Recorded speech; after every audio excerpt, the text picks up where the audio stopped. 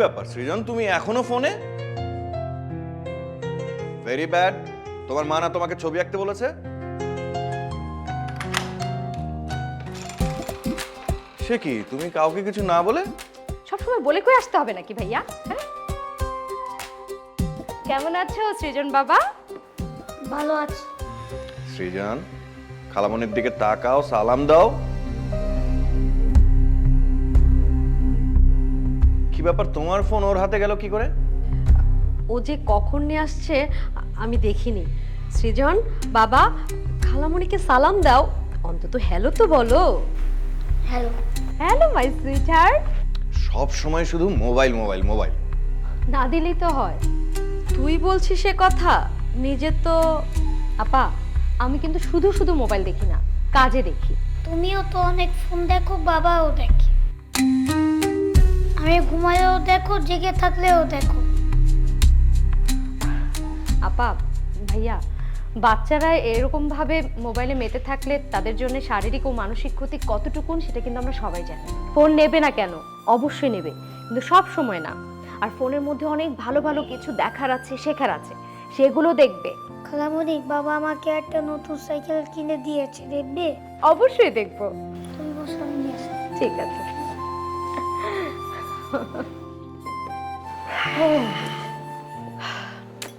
সৃজনের এই mobile addiction যে কিভাবে কমাতে পারি? সৃজনের মোবাইল অ্যাডিকশন যদি কমাতে হয় তাহলে তোমাদের দুইজনকেই মোবাইল ফোন, টেলিভিশন এগুলো দেখা কমাতে হবে। ওর সাথে অনেক বেশি বেশি করে গল্প করতে হবে, খেলাধুলা করতে হবে, ওকে অনেক বেশি সময় দিতে হবে, বাইরে নিয়ে যেতে হবে, খোলা মাঠে খোলা জায়গায় ওকে নিয়ে যেতে হবে। ওরে বাবা, সিলভিয়া তো মহাপণ্ডিত হয়ে গেছে। ঠাট্টা করছেন না?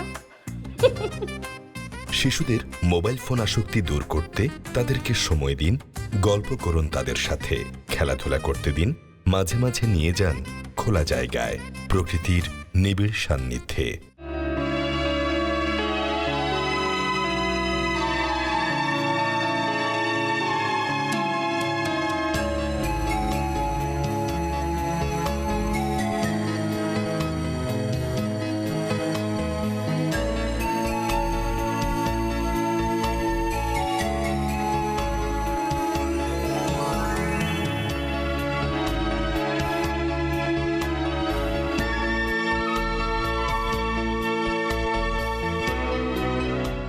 প্রিয় দর্শক, সবাইকে আমন্ত্রণ জানাচ্ছি তথ্য সম্প্রচার মন্ত্রণালয়ের বাস্তবায়নাধীন শিশু, কিশোর, কিশোরী ও নারী উন্নয়নে সচেতনতামূলক প্রচার কার্যক্রম প্রকল্পের আওতায় নির্মিত আলোচনা অনুষ্ঠান প্রজন্মের প্রত্যাশায়। সঙ্গে আছি মৌ। আর আজকে আমরা এমন একটি বিষয় নিয়ে আলোচনা করব যে বিষয়টি আমাদের প্রত্যেকের জানা থাকাটা জরুরি, বিশেষ করে যারা বাবা মা রয়েছেন, আমাদেরকে এই মুহূর্তে টেলিভিশনের পর্দায় দেখছেন, এবং যারা শিশু, কিশোর, কিশোরী আছে, তাদের থেকে আমার কাছে মনে হয় যারা আসলে অভিভাবক, তাদের জানা অনেক বেশি জরুরি। কারণ আজকে আমরা কথা বলবো শিশু, কিশোর, কিশোরী তাদের সুষম বিকাশে সহশিক্ষা অর্থাৎ এক্সট্রা কারিকুলার অ্যাক্টিভিটিস কতটা গুরুত্বপূর্ণ প্রভাব বিস্তার করে সেই বিষয় নিয়ে। এবং এই আলোচনা করতে আমাদের সঙ্গে রয়েছেন তিনটি আলাদা সেক্টরের তিনজন গুণী মানুষ। তারা আসলে তাদের পার্সপেক্টিভ থেকে, তাদের মতো করে তাদের জীবনে এই বিষয়গুলো কতটা প্রভাব ফেলেছে সেই বিষয়গুলো আপনাদের সামনে তুলে ধরবেন। আমার ঠিক ডানে রয়েছেন বাংলাদেশের অত্যন্ত গুণী, রাষ্ট্রীয় সম্মাননায় ভূষিত অভিনয় শিল্পী, নির্মাতা, নাট্যকার, আমাদের ভালোবাসার তৌকির আহমেদ। হ্যালো। এরপর রয়েছেন doctor Razia Rahman, senior medical officer, শহীদ বুদ্ধিজীবী doctor Mohammad Murtaza medical centre, Dhaka বিশ্ববিদ্যালয়। তারপর রয়েছেন রিয়াসাত আল ওয়াসিফ, যুগ্ম সচিব, তথ্য সম্প্রচার মন্ত্রণালয়। আমি তিনজনের কাছে জানতে চাই যে আমি শুরু করব কাকে দিয়ে, কে আগে বললে বেটার হয়? তৌকির। আচ্ছা, ঠিক আছে। তাহলে এই যে এক্সট্রা কারিকুলার অ্যাক্টিভিটিজের মাঝে তো অনেক কিছু চলে আসে। একটা হচ্ছে সাংস্কৃতিক কার্যক্রম, আমরা ছোটবেলায় আবৃত্তি করতাম, উপস্থিত বক্তৃতা, বিতর্ক, নাচ, গান, হামনাত, মূকাভিনয়, অভিনয়, অনেক কিছুর সঙ্গে আমরা জড়িত থাকতাম। অন্যদিকে কিন্তু খেলাধুলা রয়েছে, স্পোর্টস খুব গুরুত্বপূর্ণ একটা বিষয়। আবার কিন্তু যারা একটু ভলান্টিয়ারি ওয়ার্কের সাথে জড়িত, হয়তো তারা দেখা যায় যে স্কাউট করতো বা অন্য কোনো সংগঠন করতো। আপনার ছোটবেলাটা কেমন ছিল যদি সেটা আগে জানি আমি। আমি তো বলবো যে আমরা সেই ভাগ্যবান প্রজন্ম, যখন আমরা সন্ধ্যাবেলায় বিভিন্ন বাসা থেকে গানের রেওয়াজের আওয়াজ আসতো, হারমোনিয়াম বাজতো। হ্যাঁ। আমার বাসাতেও বোনদেরকে শেখানোর জন্য গানের মাস্টার আসতেন, আমাদের ভাইদেরকেও বসতে হতো তবলার তেরে কেটে তাক করার জন্য। দারুণ। এটা একটা প্রিভিলেজ ছিল। আমরা সবাই গায়ক গায়িকা হয়ে উঠেছি তা না, না। কিন্তু এটি যে একটি সুকুমার বৃত্তি, এটি যে আমাদের শিল্পের সঙ্গে একটি সংযোগ তৈরি করেছিল, সেটি পরবর্তী জীবনে খুব কাজে লেগেছে। আমি যখন ক্যাডেট কলেজে পড়ছিলাম, সেখানে আমরা জানি যে সেগুলি খুবই সুপরিকল্পিত এবং খুব প্রিভিলেজড ইনস্টিটিউশন, এবং অনেক নিয়ম কানুনের মধ্য দিয়ে নিয়ম কানুনের মধ্যে, এবং সেখানে এই কাজগুলিকে গুরুত্ব দেওয়া হয়, যেমন সেট স্পিচ, এক্সটেম্পোর স্পিচ, বক্তৃতা, নানান ধরনের বিতর্ক, বা কারেন্ট অ্যাফেয়ার্স ডিসপ্লে বলে একটি অনুষ্ঠান হতো, যেখানে পৃথিবীতে বর্তমান সময় যা ঘটছে সেগুলিকে ড্রামাটিক্যালি স্টেজে প্রেজেন্ট করতে হতো। সেখানে থিয়েটার কম্পিটিশন হতো। তো ছোট ছোট 7-8-এর ছেলেরাও ক্রমাগতভাবে সেই সুকুমার বৃত্তির সঙ্গে সংযুক্ত হতো। আর্ট ক্লাস যেমন ছিল, খেলাধুলা তো ছিলই। ওই আগে স্কাউটিংয়ের অভিজ্ঞতা বা পরে ক্যাডেট জীবনের নিয়মানুবর্তিতা আমাকে খুব উপকৃত করেছে। এই যে শুদ্ধ করে কথা বলার যে একটা practice, and orating is an art, মানে সেটা তো অস্বীকার করা যাবে না নিঃসন্দেহে। যে একজন ভালো করে কথা বলতে পারবে কি করে, যখন তার কাছে কন্টেন্ট থাকবে এবং সেই কন্টেন্টকে সে কিভাবে উপস্থাপন করছে সেটা যখন সে জানবে। মানে একটা যদি মস্তিষ্কের অংশ হয়, আর একটি কিন্তু পারফরমেন্সের অংশ। তো পারফরমেন্সটা আমাদের দৈনন্দিন জীবনে সবসময় লাগছে একদম। এবং অভিনয় কলা বলি, সঙ্গীত বলি, নৃত্য বলি, কোনোটাকে অস্বীকার করা যাবে না। এবং আমি মনে করি এই সহশিক্ষাটা, এই এক্সট্রা কারিকুলার অ্যাক্টিভিটিসগুলি একটি মানুষকে পূর্ণাঙ্গ মানুষ হয়ে উঠতে খুব সাহায্য করে। এবং শুধু তাই না, আমার তো এখন মনে হয় যে মাঝ বয়সে এসে মানুষের সহায় হতে পারে এই সকল কর্মকাণ্ডগুলি। প্রত্যেকের কিছু হবি থাকা উচিত, সেটা বই পড়া, ছবি দেখা বা ছবি আঁকা, যাই হোক না কেন, ফুল গাছের পরিচর্যা করা বা ফল গাছে টব তৈরি করা, যেটাই হোক, সেগুলি মানুষকে বেড়ে উঠতে সাহায্য করে। প্রকৃতির সংযোগ ছাড়া, শিল্পের সংযোগ ছাড়া একজন মানুষ তো পূর্ণাঙ্গ মানুষ হয়ে উঠবে না। তো সুতরাং আমার মনে হয় প্রাচ্যে এবং পাশ্চাত্যে দুই জায়গাতেই কিন্তু এটার উপর গুরুত্ব ছিল, কিন্তু আমরা দুর্ভাগ্যজনকভাবে লক্ষ্য করছি যে এখন যেন এই উৎসাহগুলি কিছুটা কমে গেছে, এবং কমে যাওয়ার ফলে যা হচ্ছে সেটার ফলাফল ভালো হবে না। আমরা মনে করি যে আমাদের দেশ গঠনের জন্য আমাদের সুনাগরিক দরকার। এই সুনাগরিক বলতে কোয়ালিটি নাগরিক দরকার। তার যেমন পুঁথিগত বিদ্যা থাকবে, তার সহশিক্ষাও থাকতে হবে, তাকে সুকুমার বৃত্তিকে ধারণ করতে হবে, তাহলেই না সে এগিয়ে যেতে পারবে। ঠিক তাই। ওই যে যেটা বললেন, সেই সাথে আমি একটু অ্যাড করবো যে শুধুমাত্র নন ফিকশন বই না, আমাদেরকে ফিকশন বইও অনেক বেশি পড়তে হবে। নিশ্চয়ই। আপার কাছে যদি আসি, একটা চমৎকার কথা বলেছেন তৌকির আহমেদ। তিনি বলেছেন যে পূর্ণাঙ্গ মানুষ হওয়ার জন্য এক্সট্রা কারিকুলার অ্যাক্টিভিটিসগুলো খুব জরুরি। একই সাথে যদি আপনার কাছে আমি জানতে চাই যে এক্সট্রা কারিকুলার অ্যাক্টিভিটিসগুলো শিশুর মানসিক বিকাশে কতটা প্রভাব বিস্তার করে বলে আপনি মনে করেন? একটি শিশু যখন পূর্ণাঙ্গ মানুষ হচ্ছে, সে প্রথমে স্কুলে যাচ্ছে। শুধু শিক্ষাই কি তার জন্য যথার্থ? জাফর ইকবাল স্যার বলতেন যে শিক্ষাটা ধারণ করবার যে পাত্র দরকার, সেটাই হচ্ছে সহশিক্ষা বা এক্সট্রা কারিকুলার অ্যাক্টিভিটিস। এই সম্পূর্ণভাবে সে যদি তৈরি না হয়, শিক্ষাটাকে সে ধারণ করতে পারবে না। আমাদের প্রজন্ম ভাগ্যবান, তৌকির ভাই সেটা বললেন যে আমরা ছোটবেলায় কিন্তু দেখেছি যে রাষ্ট্রীয় যে ব্যবস্থা, শিক্ষা ব্যবস্থা, তাতে কিন্তু এই এক্সট্রা কারিকুলার অ্যাক্টিভিটিস বা সহশিক্ষাগুলি খুবই গুরুত্ব পেত।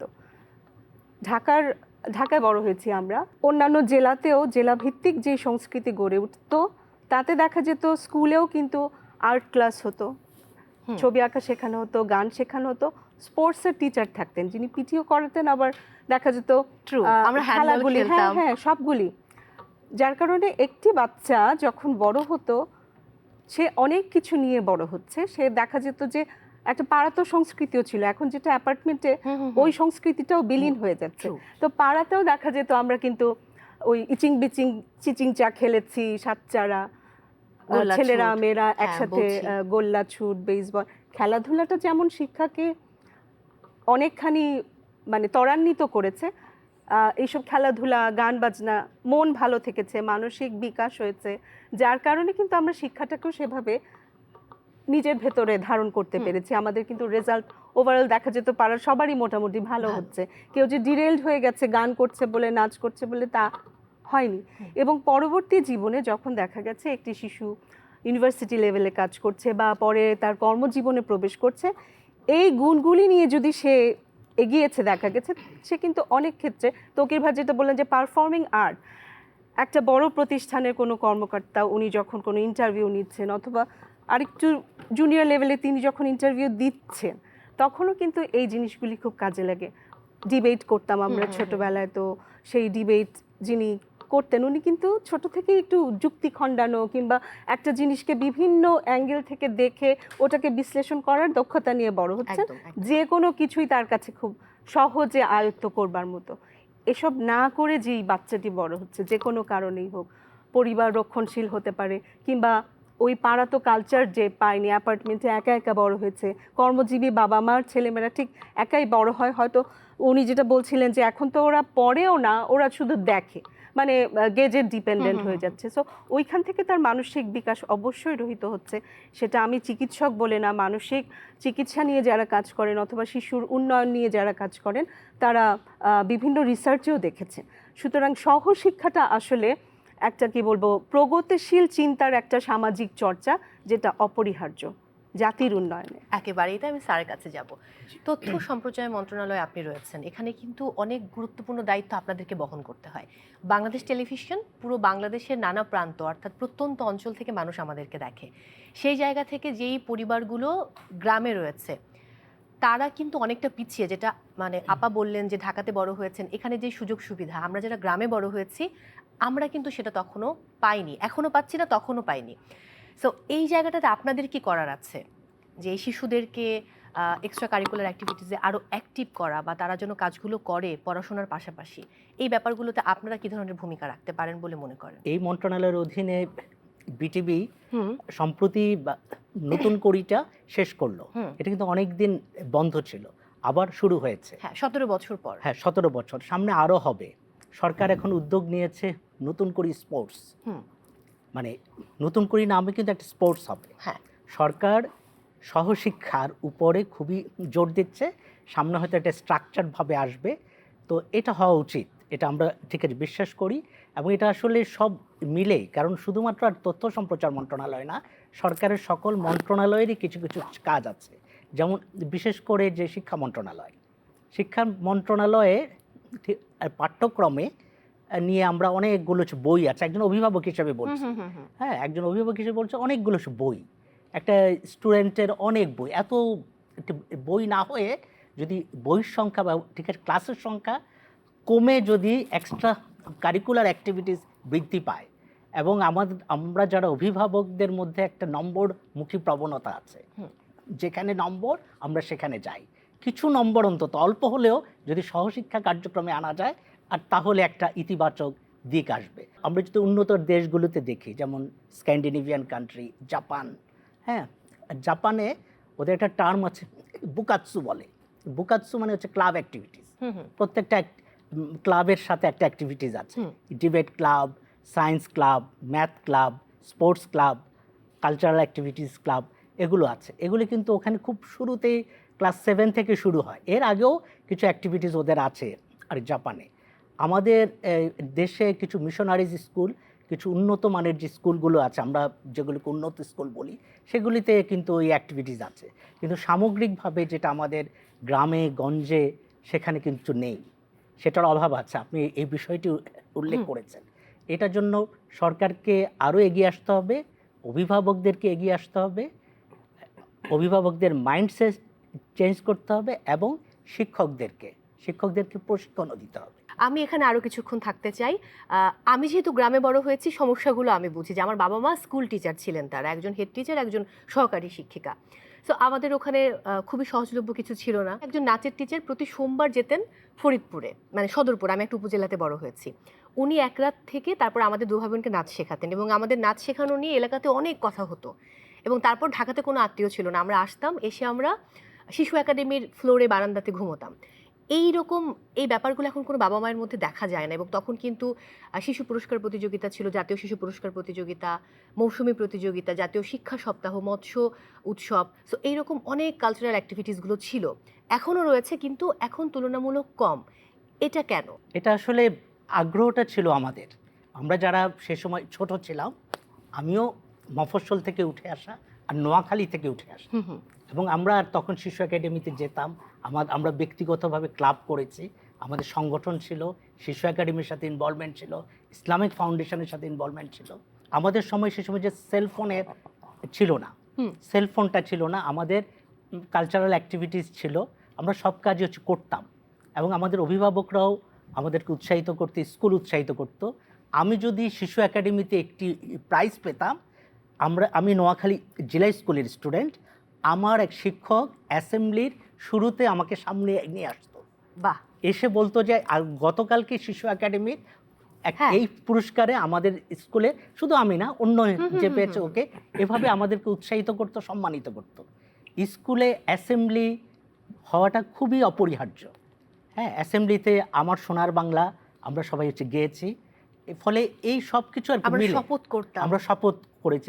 এগুলোর কিন্তু আলাদা ইম্প্যাক্ট আছে। হ্যাঁ, এগুলো আমাদেরকে লাগবে। এখন সবাই যে সেলফোনমুখী, আর আমাদের লেখাপড়ার চাপ বৃদ্ধি পেয়েছে, এটা অস্বীকার করার উপায় নেই। না, ট্রু। এটা অস্বীকার একটা করার ভালো উপায় নেই। result, golden একটা A, গোল্ডেন এ 5+ প্লাস, পেতেই এগুলো হবে। আমাদেরকে পেতে এবং হবে। coaching আমি যা বলছি বাণিজ্যটা একজন তাই। অভিভাবক হিসেবে বলছি, এটা থেকে একটু যদি স্কুলে যে রেগুলার যে ঠিক আছে পাঠ্যক্রম যদি একটু হ্রাস করা যায় এবং এক্সট্রা কারিকুলার অ্যাক্টিভিটি যদি একটু বৃদ্ধি করা যায়, তাহলে আমার মনে হয় সুবাতাস বইবে। ডেফিনেটলি আমি চলে যাব আবার এদিকটাতে।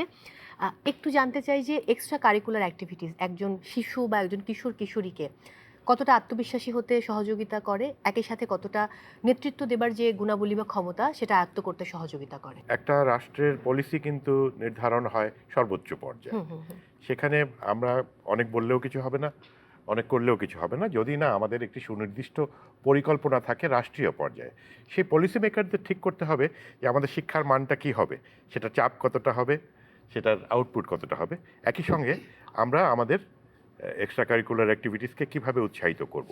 এখন ধরে নিই যে যখন আমাদের স্বাধীনতা পরবর্তী সময়ে যখন আমাদের শিক্ষার হার ছিল অনেক কম, কিন্তু 20 ভাগ বা 22 ভাগ এরকম, মানে এরকমই হবে আর কি, ধারণা থেকে বলছি, তখন কিন্তু আমাদের 80 ভাগ লোক সংস্কৃতিবান ছিলেন।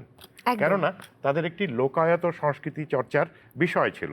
কবির গান থেকে শুরু করে, পালা গান থেকে শুরু করে, যাত্রাপালা থেকে শুরু করে গ্রামে নাটক হতে দেখেছি আমরা। তাহলে সেই আপামর জনসাধারণের যেই লোকায়ত সংস্কৃতি, সেটা বন্ধ হয়ে গেল কেন? কি এমন ঘটলো?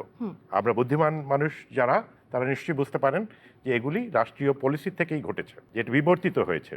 এবং হতে হতে এখন আমরা 80 ভাগ লোক হয়তো অক্ষর জ্ঞান সম্পন্ন, কিন্তু 20 ভাগ লোক মাত্র সংস্কৃতিবান। ব্যাপারটা রিভার্স হয়ে গেছে।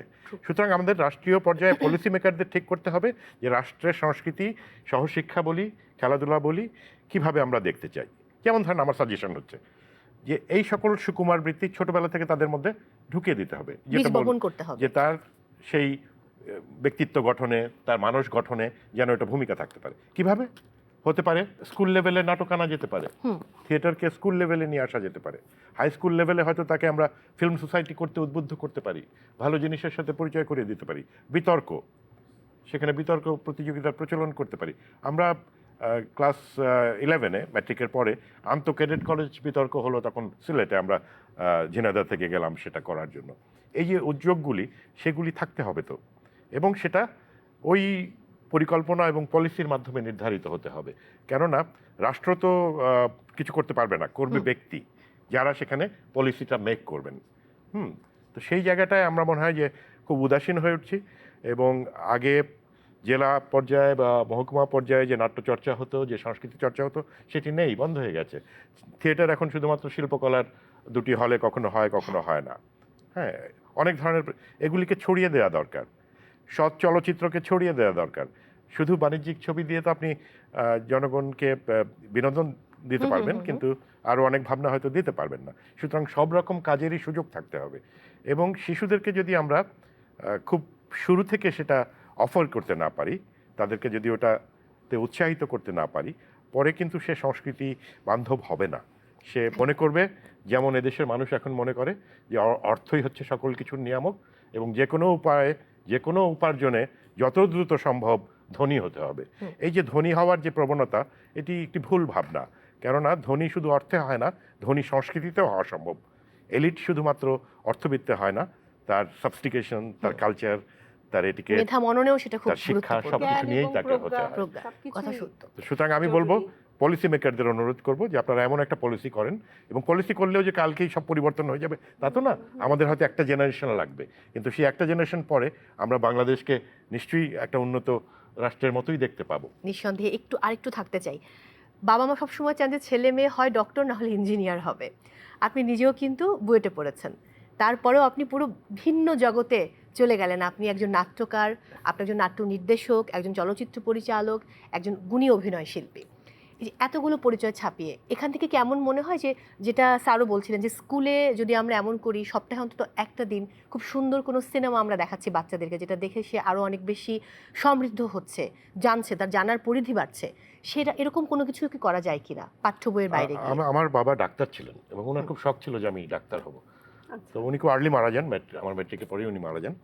আমি ওর সব কিছুটা স্বাধীনতা পেয়ে যাই, আমি আর্কিটেকচার পড়তে চলে যাই।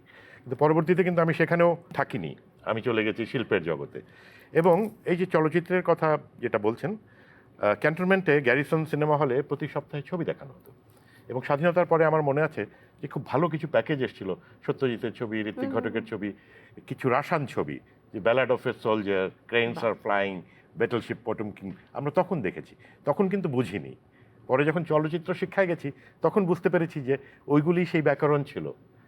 এবং চলচ্চিত্রের প্রতি আমার যে ভালোবাসা সেটা খুব শৈশব থেকে তৈরি। ক্যাডেট কলেজে প্রতি সপ্তাহে একটি ছবি দেখানো হতো।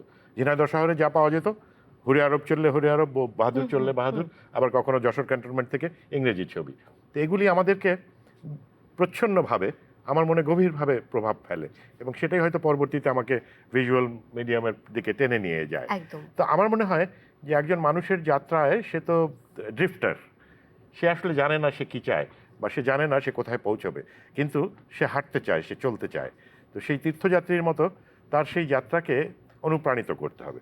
যে তাকে এটা বলা যাবে না যে তোমাকে ডাক্তার হতে হবে, ইঞ্জিনিয়ার হতে বা সচিব হতে হবে, এটা বলা যাবে না। কেননা সে কি হতে চায় সেটা তাকে নির্ধারণ করার সুযোগ দেওয়া উচিত। এবং সে কখন তার কোনটা ভালো লাগবে সেটাই সে নিজে আবিষ্কার করবে, সেটা আবিষ্কার করুক, যে আমি তার লেখক কোনটা হতে ভালো চাই, লাগছে।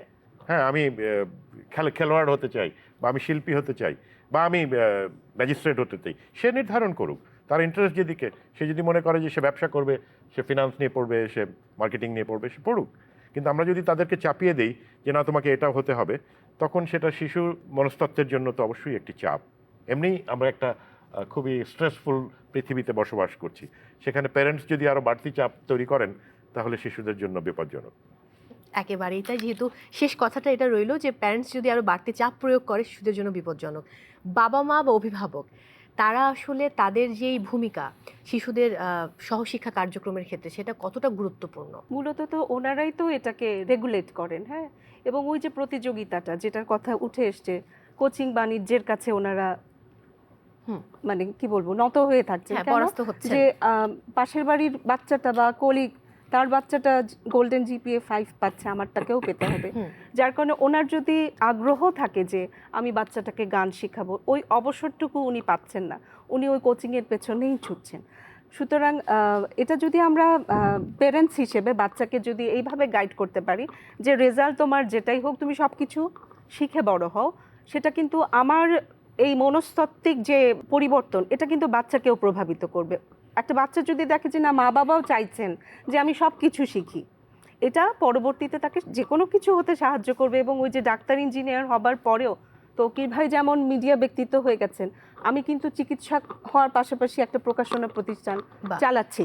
কারণ দীপনকে যখন জঙ্গিরা হত্যা করলো, আমি ওর জীবনসঙ্গী হিসেবে মনে করেছি এটা আমার দায়িত্ব, আমার ব্যক্তিগত প্রতিবাদ যে প্রকাশনা প্রতিষ্ঠানটা আমি ধরে রাখবো। তো আমি যদি ওই ছোটোবেলা থেকে ওই পরিবেশে আমি দীপন একই সাথে ফুলার রোড ঢাকা বিশ্ববিদ্যালয় ক্যাম্পাসে বড় হয়েছি, আমরা যদি ওই বই কিভাবে বানায়, আমাদের চাচারা যেভাবে বই লিখতেন, এটা দেখে দেখে বড় হওয়াতে আমি পেরেছি, আমার ওই আত্মবিশ্বাসটুকু আছে। এখন ওইভাবে যদি প্রত্যেকটা বাচ্চা সব কিছু জানে বা অন্তত এইটুকু যদি তার ভেতরে থাকে, সে যদি লালন করে তার এই এক্সট্রা কারিকুলার অ্যাক্টিভিটিসগুলো, সে কিন্তু ডাক্তার হোক, ইঞ্জিনিয়ার হোক, সচিব হোক, এর পাশাপাশি যেমন সহশিক্ষা তেমনিভাবে সহ প্রফেশন হিসেবে অনেক কিছুকে কোরিলেট করতে পারে, যেটা তার শুধু দৈহিক না মানসিকভাবেও তাকে ভালো রাখবে। আমরা তো একটা কঠিন পৃথিবীতে বড় হচ্ছি বা জীবন ধারণ করছি, সুতরাং আমাদের এই উইন্ডোজগুলি যদি আমরা খুলে রাখতে পারি, দক্ষিণ হাওয়া বইবে। একদম। এখানে আরও একটু আমি অ্যাড করতে চাই আপনার সাথে, বা জিজ্ঞেস করতে চাই, কিশোর বয়সে মানসিক চাপ কমাতে বা হতাশা কমাতে এক্সট্রা কারিকুলার অ্যাক্টিভিটিসের ভূমিকা। আমরা সবাই ওয়ারিড থাকি না, একটা টিনেজার তার যে মানসিক দৈহিক পরিবর্তনগুলি হয় সেখানে আমাদেরকে বা আগের প্রজন্মকে ওরা কিন্তু অ্যালাউ করে না। ওরা কি করে, ওরা বন্ধুদের সাথে জিনিসটা শেয়ার করে। আর ওই যে এখন গেজেট ডিপেন্ডেন্ট, ওরা বোধহয় বন্ধুদেরকেও আর আড্ডার মধ্যে পায় না, ওরা ওই গেজেটের ভেতরেই শেয়ার করছে। সুতরাং ওইখানে যদি তাকে আমি এই সুযোগটা না দিই যে না তুই গানের ক্লাসে যাবেই, এখন তুই এখন ক্রিকেট খেলা প্র্যাকটিস করতে যা, ও কিন্তু তখন আর ওই গেজেট ডিপেন্ডেন্ট না হয়ে খেলার মাঠে বন্ধুদেরকে বলছে আমার এই জন্য মন খারাপ লাগছে, বা কোনো একটা কিছু জানতে চাচ্ছে, হয়তো প্যারেন্টসকে বলতে পারছে না, একটা বন্ধুর কাছে হেল্পটা সিক করতে পারে। তো এইভাবে যদি সমন্বিতভাবে ওরা বেড়ে ওঠে, নিশ্চয়ই একটা উন্নত মানসিক একটা মানুষ হয়ে সে তৈরি হবে। এবং বারবার আমরা যেখানে সরকারের উপর দায়িত্ব চাপিয়ে দিতে চাচ্ছি, আমার মনে হয় যে এই পলিসি মেকিংয়ের বাইরেও একটা ডেভেলপমেন্ট বা উন্নয়ন দর্শন থাকে। আমার অত্র এলাকা বা এই অঞ্চলটাতে আমি কোন ফিলোসফিতে বড় হব, বা এই যে যেভাবে আমরা বিবর্তনের কথা বলছি, এক সময় আমরা দেখেছি সংস্কৃতিটাকে লালন করতে, এখন সেটা একটু একপেশে হয়ে যাচ্ছে। তো ওই উন্নয়ন দর্শনের জায়গা থেকে আসলে সরকারকে সিদ্ধান্ত নিতে হবে আমার এলাকাটাকে আমি কিভাবে উন্নয়ন করব, এখানে কি কি থাকবে। এটার প্রভাব সমাজে পড়ে, পরিবারে পড়ে, পরিবার থেকেই একটা শিশুর ওপর পড়ে। নিঃসন্দেহে। আমরা অনেকটা শেষের দিকে রয়েছি স্যার, আপনার কাছে শেষ প্রশ্নের দিকেই যাব।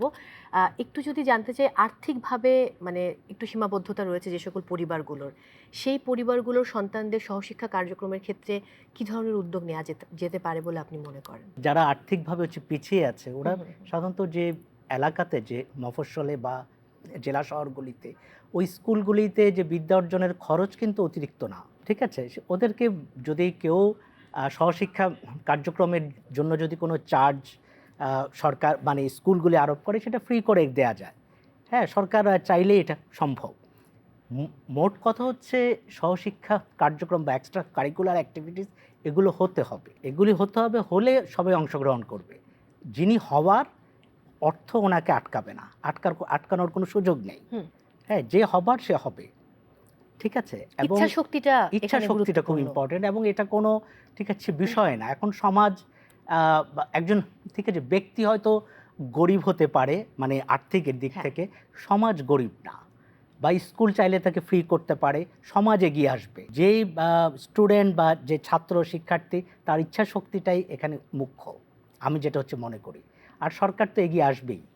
হ্যাঁ, আর এখন আমাদের সকলকে মিলে যেটা করতে হবে, সহশিক্ষা কার্যক্রমের দিকে যদি আমরা অগ্রসর হই, রাষ্ট্র অগ্রসর হয়, সমাজ অগ্রসর হয়, ফ্যামিলি পরিবার অগ্রসর হয়, তাহলে এই মোবাইল ফোনের আসক্তিটা হ্রাস পাবে। আমাদেরকে আসলে বইমুখী হতে হবে। প্রমথ চৌধুরীর সেই বিখ্যাত উক্তি, একটি পাঠ্যপুস্তককে হজম করতে হলে 10টি অপাঠ্যপুস্তক পড়তে হবে। ঠিক আছে, বইয়ের প্রতি আমাদের আসক্তি, আকর্ষণ বৃদ্ধি করতে হবে।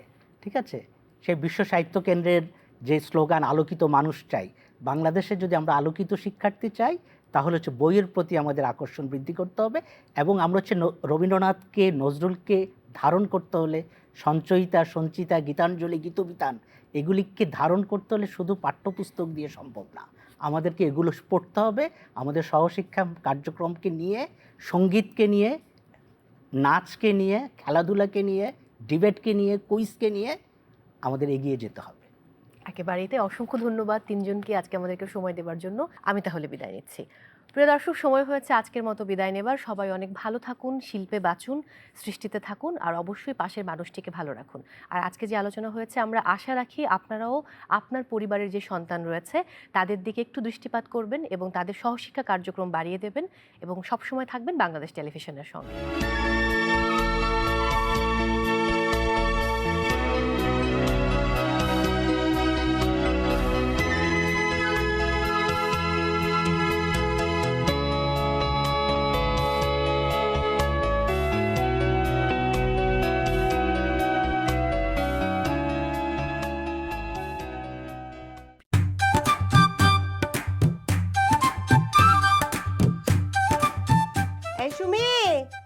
পানির বালতিটা দিয়ে যা তো।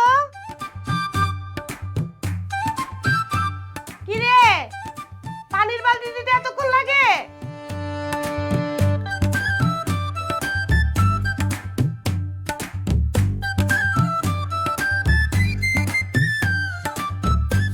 কি রে, তোর আমি এতবার করে ডাকতেছি, তোর খবর নাই কেন? কি করস তুই? ও মোবাইল দেখতেছস? হ্যাঁ, ফোন পাইলে আর কোনো খবর থাকে না। কি দেখতেছস দেখি? আমার দেখে ফোন বন্ধ করে দিছস না? এ আর ফোন কানে লাগালে দুনিয়ার আর কোনো খবর থাকে না। মা নিও না, একটু পর আমার অনলাইন ক্লাস আছে। তোর অনলাইন ক্লাস? তোর ক্লাস আজকে বন্ধ। মা জরুরি ক্লাস। তো জরুরি ক্লাস যে কি ওটা আমার জানা আছে। ফোন পাইলেই তো শুধু ভিডিও দেখোস আর গেমস খেলোস। বেশি বাড়াবাড়ি হয়ে যেতেছে কিন্তু। হ্যাঁ, ক্লাসটা মিস করা ঠিক হয় নাই, কিন্তু তোমার মায়ের রাগটা তো জাস্টিফাই। তুমি যদি সারাক্ষণ মোবাইল নিয়ে ব্যস্ত থাকো। এই সময় ফোন ছাড়া চলে? তোমার চলে বাবা। ফোন তো লাগেই, কিন্তু ফোনটা তো প্রপারলি ব্যবহার করতে হবে। তুমি ইচ্ছে করলে ফোন দিয়ে এডুকেশনাল প্রোগ্রাম দেখতে পারো, অনলাইনে ক্লাস করতে পারো, ছবি দেখতে পারো, গান শুনতে পারো, ভালো ভালো অনুষ্ঠান এন্টারটেইনিং প্রোগ্রাম দেখতে পারো, সেটা তো কথা না। কিন্তু এত ছোট স্ক্রিনে এত বেশি এঙ্গেজ থাকলে তোমার চোখের ক্ষতি হবে, ব্রেনেরও ক্ষতি হতে পারে।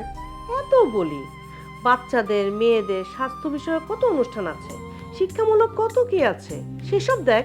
তা না, সারাক্ষণ শুধু গেম আর নাচ গান এসব দেখতে থাকে।